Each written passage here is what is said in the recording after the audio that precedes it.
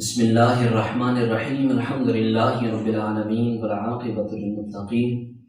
والصلاۃ والسلام علی سید الانبیاء والمرسلین اما بعد اعوذ باللہ من الشیطان الرجیم بسم اللہ الرحمن الرحیم ان اللہ وملائکتہ یصلون علی النبی یا ایھا الذین آمنوا صلوا علیہ وسلموا تسلیما اللہم صل علی سیدنا مولانا محمد وعلی آلہ واصحابہ وبارک وسلم۔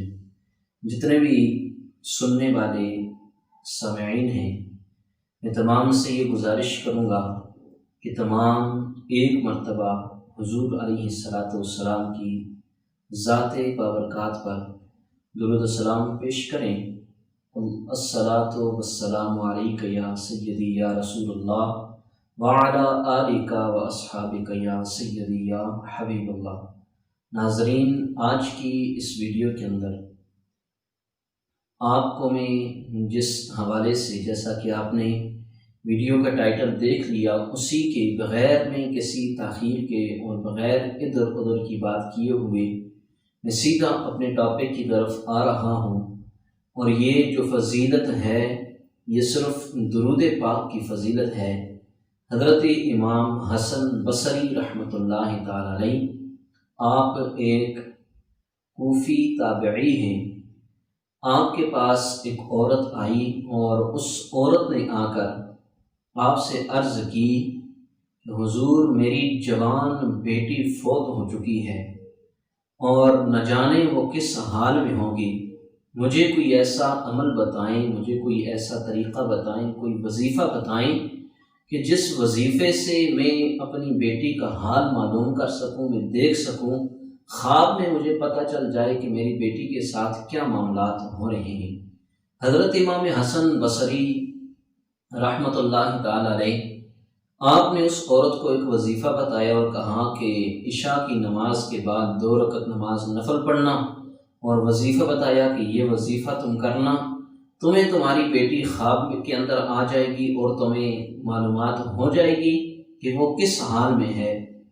اس عورت نے اسی طرح ان کے بتائے ہوئے طریقے پر 2 رکعت نماز نفل ادا کرنے کے بعد وہ وظیفہ کیا، وظیفہ کرنے کے بعد سو گئی۔ جب سوئی ہے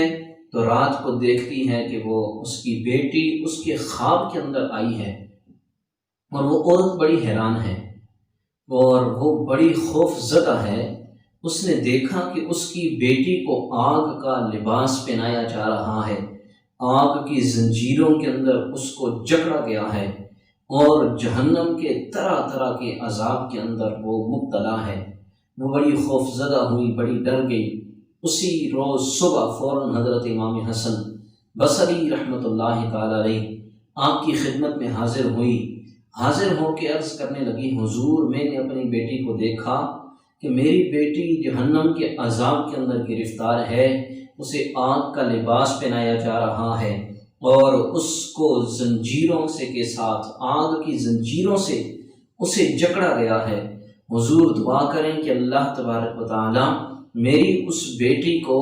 اس جہنم کے عذاب سے بچا لے۔ حضرت امام حسن بصری نے بھی اس کے لیے دعا کی اور اس عورت کو تسلی بھی دی کہ جاؤ، اللہ تبارک و تعالی تمہاری بیٹی پر مہربانی فرمائے گا، غم زدہ نہ ہو، تم اس کے لیے دعا کرو، اللہ تمہاری دعا کو اس کے حق میں قبول فرمائے گا۔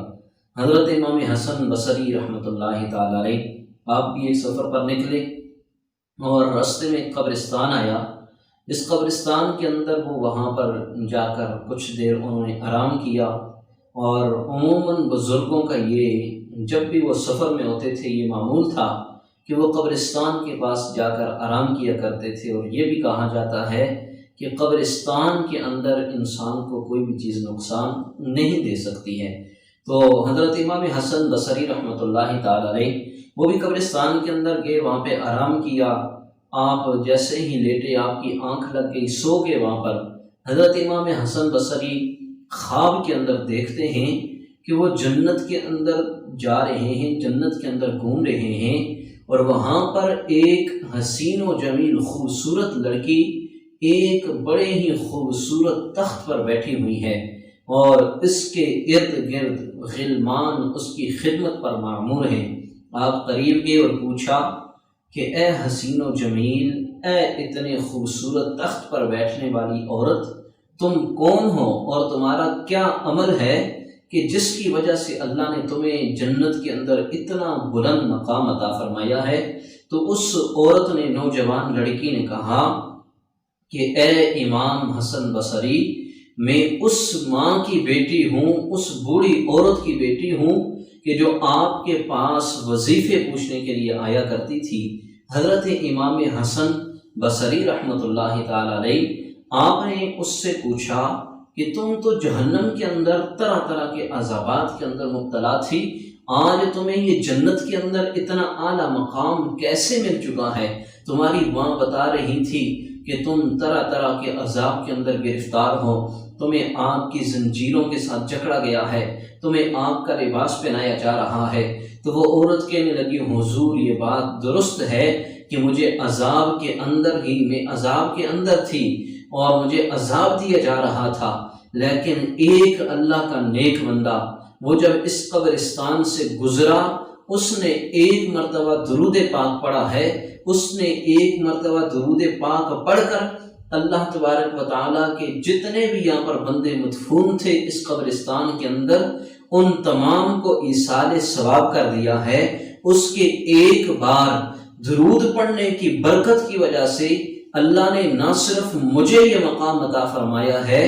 بلکہ اس قبرستان کے اندر 500 لوگوں کی بخشش فرما دی ہے۔ سبحان اللہ، یہ درود پاک کی برکت ہے۔ تو ناظرین و سامعین، یہی درود ہے جس کے متعلق نبی کریم صلی اللہ تعالی علیہ وسلم نے فرمایا کہ جو بندہ مجھ پر ایک مرتبہ درود پڑھتا ہے، اللہ تبارک و تعالیٰ اس پر 10 مرتبہ اپنی رحمتوں کا نزول فرماتا ہے اور اس بندے کے 10 گناہوں کو مٹا دیتا ہے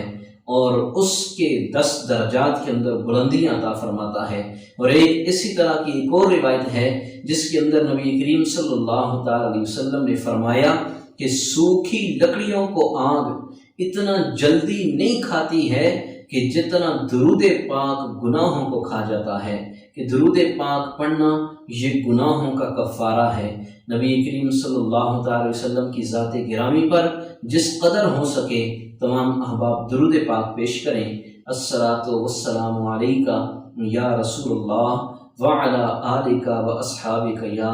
حبیب اللہ۔ محترم سامعین، میں امید کرتا ہوں کہ آپ تمام احباب کو میری آج کی یہ ویڈیو بہت اچھی لگی ہوگی۔ اگر آپ کو یہ ویڈیو اچھی لگی ہے تو اس ویڈیو کو، اس محبت بھرے پیغام کو آپ اپنے دوسرے دوستوں تک شیئر کریں تاکہ وہ بھی اس نیکی کے کام میں شامل ہو سکیں،